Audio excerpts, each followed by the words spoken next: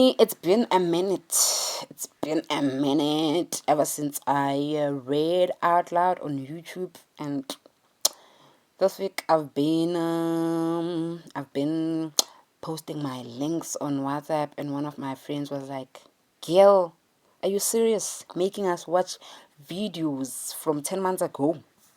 Well, that's not how she said it, but I was like, oh, okay, let me get serious about this. So today I am reading The Darkest Point of Night by J Moody pages, and I thought I haven't read it, but the title on its own got me thinking. I'm always experiencing the darkest points of night in my life. Oh, gee, I always. So let's get to it and see what it's about. Every bit of starlight we see is ancient. The night sky is a tapestry of twinkling relics flung across millions of light years, eons from when they first burned. Even after a star dies, its light may linger for eternities as it travels across the cosmos, like the last strains of a song still echoing after the players cease. To gaze into the night, it is to be haunted by a bygone universe.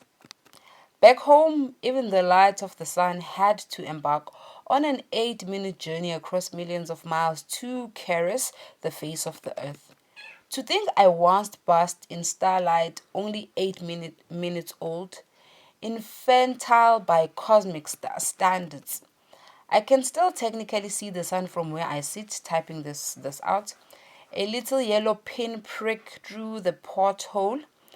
But how old is that light now? Warmthless, lifeless, expired light, still strained to reach her children as we stray ever further. I've probably been spending too much time in the ship's planetarium. I'm so far now from the star and her accompanying blue planet. I abandoned my old life so long ago. I destroyed those letters the same night I found them. But even here, years and light years away, every word burns brilliantly in my mind's eyes like so much dead starlight. I found the letters by mistake in a box swiped I from mom's closet the night I ran away. Ha, Batung, what are they saying? I found the letters by mistake in a box swiped I. I think kuyashoda. It's incomplete. Maybe it was supposed to say in a box swiped I found. Yes, I found from mom's closet the night I ran away. Don't people do proofreading? Because I keep on coming across those mistakes and I do not like it for myself. I do not like it for myself, especially since I'm trying to get better at reading.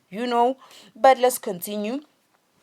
When you are older, even older than when I decide to give this letter to you, I may explain a little more about my childhood, but suffice to say that you would never have met your grandma even if we did all live in the same solar system.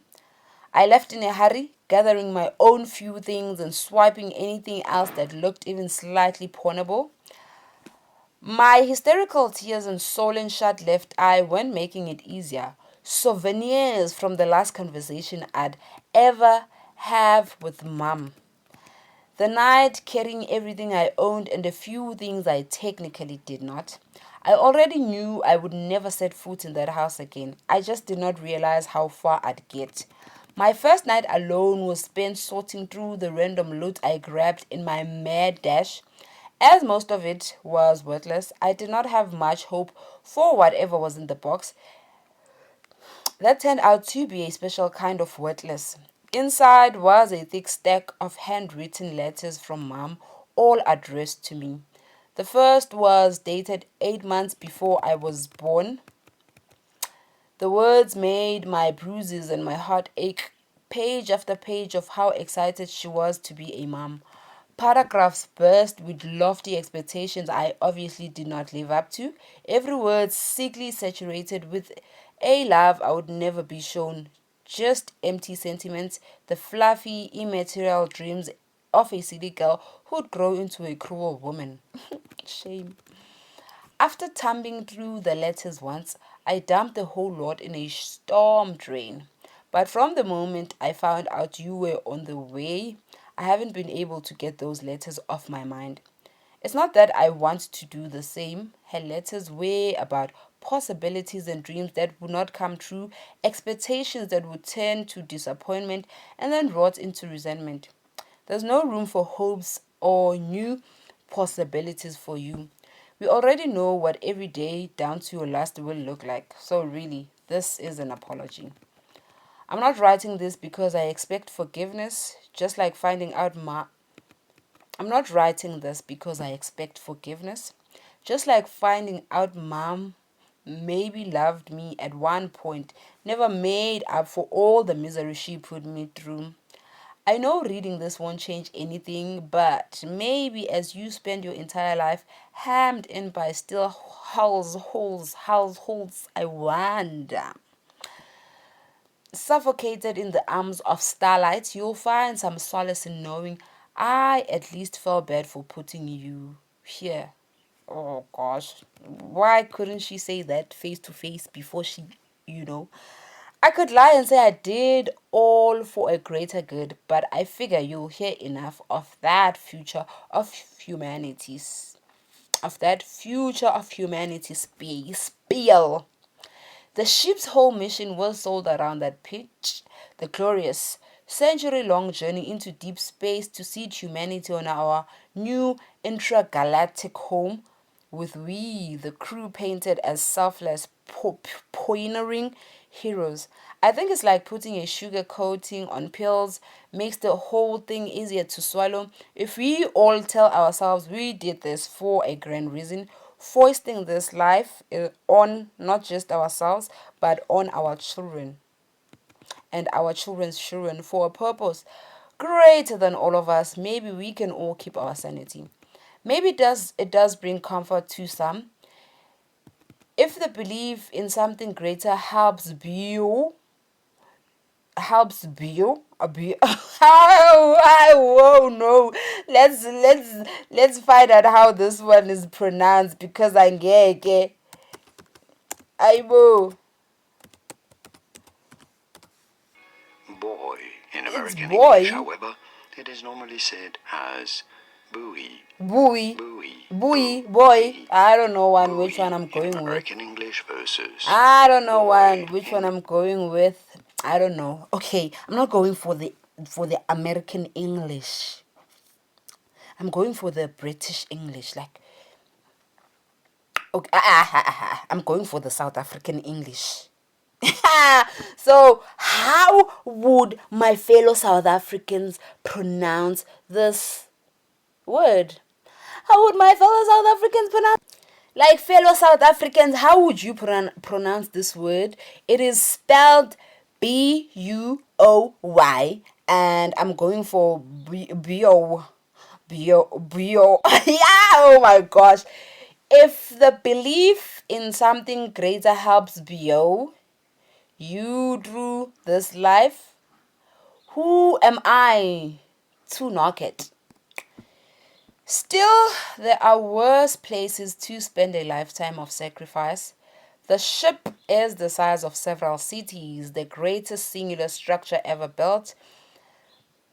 Tens of thousands of passengers live and work on hundreds of decks, fed by acres of greenhouses. She has libraries, lounges, forest-sized terrariums, farms, a lagoon, planetariums, conservatories, arcades, an ice skating rink, and supposedly a speakeasy that I still have yet to find. Not that it would do me any good for the next few months. Outside in the cold embrace of eternity, her mighty heart declares her name for no eyes to read, the new Colossus. It'll probably be one of the first things you hear, one of the first things you attempt to babble out.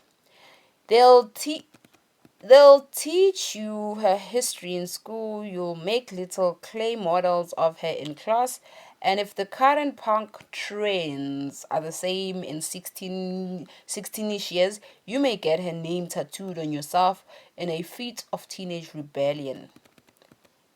Evidently, the name is from some old poem written for an old statue which referenced an even older statue. So, guys, I am reading, ne? And the point is to become a better reader, is to have better comprehension skills. And Sana, I've been reading, ne? And for some reason, I'm like, what am I reading? What's happening in the story? I don't know. Now I don't know where we at or what's happening. Honestly, I do miss school.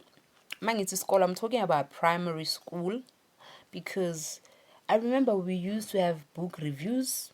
We used to have, where you have to write what was that thing we used to do, writing a plot, the characters, and all of that and all of that. But let me continue to read. As we grow older, I guess we lose all these things we were taught esikolweni nan. Yes, it might be because at some point we feel like, but I do not need that. Why? Personally, I did love the reading period. I did love doing their reading for comprehension, book reviews, and all of that. But Isana, I fall, I fail, and I really don't like that for myself. I don't. Let's continue reading. I might get what's happening here. It's a bit of a convoluted history, but I do like the poem. Give me your tired, your poor, your huddled masses. It was about welcoming weary travelers to new, brighter beginnings. I was certainly tired, poor, and huddled when I found myself applying to the new Colossus program. Many of the first gen passengers aboard the ship, including your father and I, also aided in building her. I hope you learn about the new Colossus construction from the laborers, welders like the woman across the hall, carpenters like your father, people who pierced her together with her own hands. When they speak about the building of the ship, there's a reverence there better suited set to the notes of a hymn, not the bars of angle grinders. An entire city sprang up around the shipyard, millions of hands dedicated to the most ambitious cause ever undertaken. Hope is stitched into the very bones. Oh my gosh, a mini crash out. A mini crash out. Like, oh my gosh, I want to be an audiobook reader, and Sana, I'm not impressed with my breathing. After a full stop or the after a comma and woo, Sana, can you guys catch when I'm done reading a sentence and what njani? I don't think so. But this is to make me get better. This is to make me get better. Let's continue reading. And obviously, with reading an audiobook, what I'm doing here is not allowed. Okay, not that it's not allowed according to who, but like obviously, when a person goes and buys. Before we get back to the reading, yes, sometimes, or rather, the reason why I don't post too much is because sometimes I feel like, oh my gosh, maybe I'm being too performative. Like, why can't I just read on my own and not have the audience, nan. But then again, I'm like, I mean, I know I'm not the only one who has difficulties reading out loud. And I guess I'm hoping I get my people. I get, people who feel the same way as I do. And they might reach out and we might even end up having reading sessions. Yeah, so that we become better readers.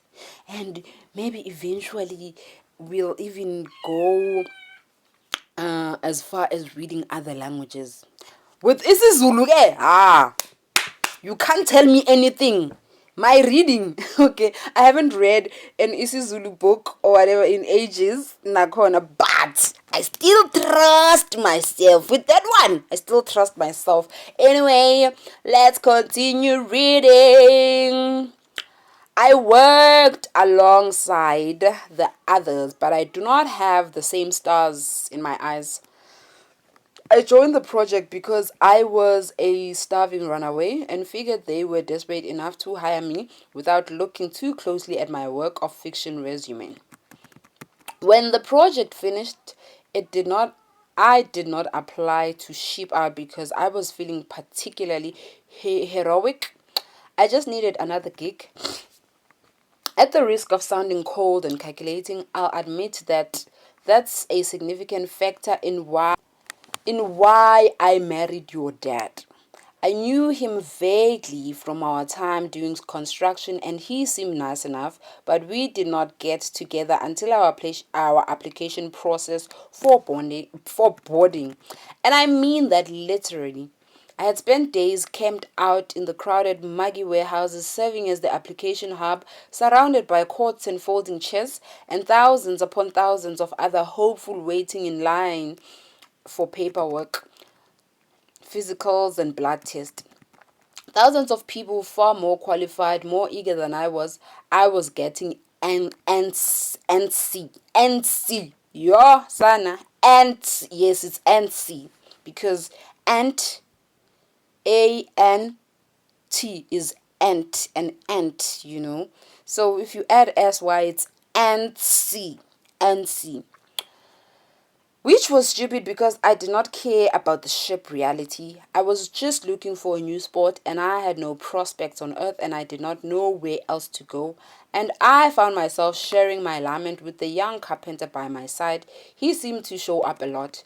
We had accidentally formed a sort of buddy system in the surging seas of applicants. He responded offhandedly in his gruff, low way. Though he would not look me in the eye, that young married couples had a significantly better chance of being boarded. I asked if he wanted to improve our odds. He agreed. The rest of our relationship has followed the same theme of pragmatism. Some people don't get it, but it worked for us. After that, we were a shoe in. I had no skills to speak of, but that did not matter. I was not needed to establish a new world. I would not live to see it. For the first generation aboard, the mission just needed breeding stock, and we were young, strong, and fertile. I could not believe it was that easy. When I signed up, I did not consider what that really meant. I did not care. I was thinking about a warm, clean cabin and guaranteed hot meals for the rest of my life. Not humanity, not distant worlds, not a righteous purpose, not you. I did not think of you. Not until long after the launch, after the earthbound branch of humanity broke thousands of bottles and champagnes on the ship's bow, after we broke through the stratosphere, the warm blue cradle of the sky giving way to black, after our sun, the primordial lantern that had lit the path of every ancestor, shrank away until it was just another distant star. Not until baby strollers clocked the new Colossus was essentially a nursery for the first years of her maiden voyage, and it turned my stomach.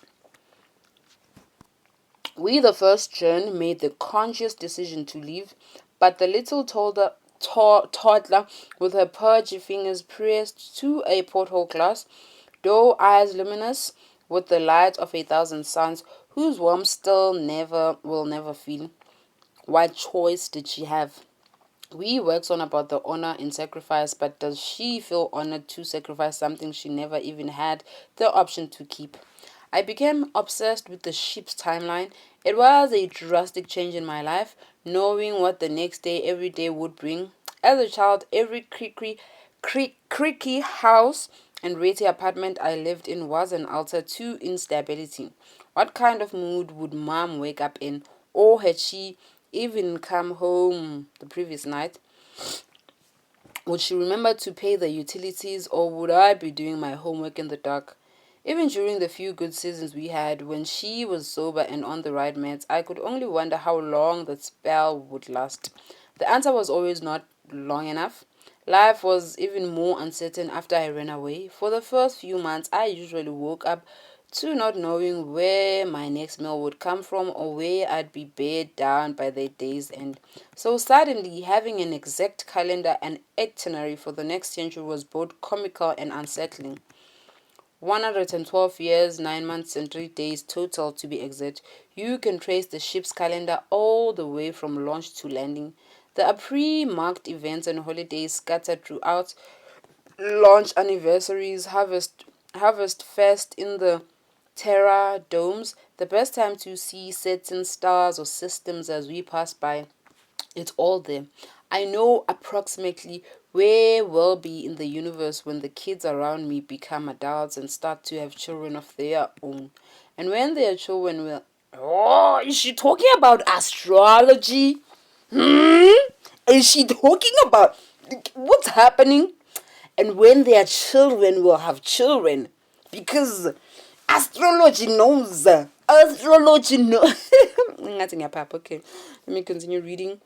Where the first Galapagos tortoise hatched aboard, Shelley will celebrate her 50th birthday. I can estimate roundabouts where I'll grow old and die, and the stars outside will look like when I do.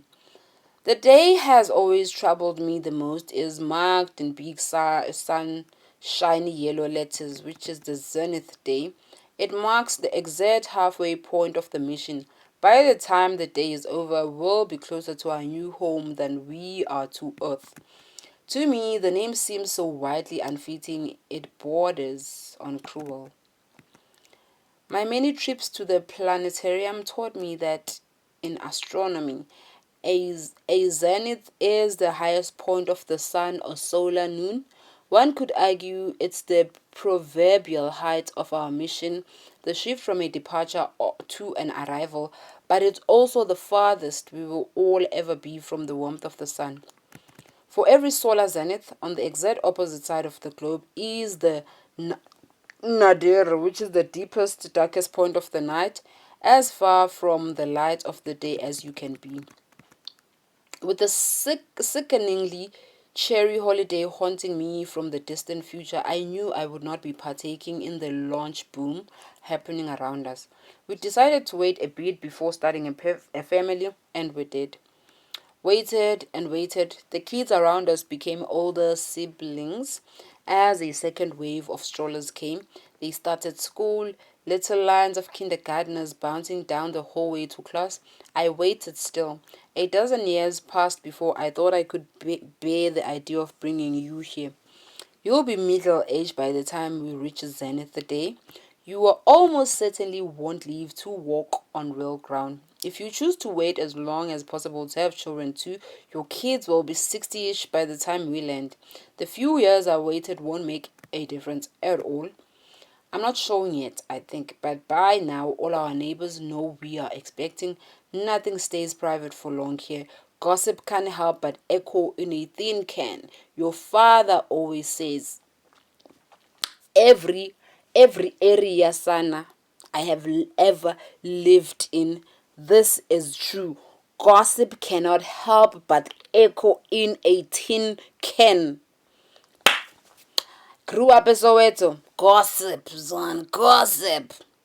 Went to Pretoria and there was gossip. Moved back to my hometown, my maternal village. Gossip. Hey, hey, hey. Paternal side. Gossip. I think it's given that in every community there's gossip. And mind it's a community, I'm not talking about just the villages, like all communities. Like for instance, if you have a book club in that community, there's going to be gossip. You have a church is a community, right? In that community there's gossip, njalo. But we move. Let's continue reading. I've never really gotten used to it, but I guess you'll never have anything else to compare it to. They're all excited for us though. The old lady from 2 units over gave us a little crocheted model of the new colossus, along with some crocheted stars and planets meant to be hung from a marble. The new colossus is an almost inescapable motif and symbol of pride to just about everyone. You'll see pins, magnets, plushes, and cross stitching off the proud hoe. We even have a beautiful wooden carving of her sitting on our coffee table, handmade by your dad. I do not mind it usually, but for some reason, holding that tiny yarn ship, all I could feel was dread. I thanked her, trying to keep my voice from shaking, and as soon as we were back in our unit, immediately sent the ship down the recycling chute. The stars and planets will hang over your crib, but not the ship. It seemed too cruel to have the place where you are already damned to live forever be one of the first things you lay your eyes on. Womb and grave dangling above you. Interesting. Your father watched me put the little ship in the bin but said nothing. I know he's been worried lately though. I can feel the weight of his furrowed brow from across the room even now. He cares, but he just does not understand why I'm grappling with what I cannot control. Like I said, he is pragmatic. Things are the way they are. We cannot change that we on the ship. None of us will ever step off. I hope you get his steady, practical nature. It seems to make for a more peaceful existence. Will it be easier for you if you do not ask the same questions that torment me? Maybe it would be better for all of us if everyone asked less questions. If we never looked into the night to wonder what's up there and then got to work building the damn machines that would take us there. Will you be content and unquestioning, or will you scar yourself with the same what ifs that haunt me? Will you read this someday and understand why I made the choices I did, or will these words just make you hate me that way I hated her? When you look out at eternity, will you see the cold and darkness, or the spots of light of possibility shining within them? When you look at the fellow crewmates, your father and I, at yourself, will you see us as the in-betweens, as people with finite purpose meant to get us from one place to the next? Or as believers, when pioneers and dreamers? When Zenith Day comes in some distant future, will you imagine the golden cares of noon sunlight, or the cold grasp of darkest midnight? I love you. I'm sorry. Okay. I'm done. The end. And Sana, what did I just read? Letter from your mom. What was she trying to say exactly? What did she say exactly? What is the Zenith Day? Sure. Hi, son. I'm taking steps backwards. Cause hey boo. Hey boo. Anyway, guys, thank you for coming to my reading lessons. Reading episode. Yes, reading episode, not reading lessons. Thank you. And hope to see you on the next one. And hopefully we read something we can comprehend. Or I can comprehend and because what? Bye. Bye. Bye. Bye.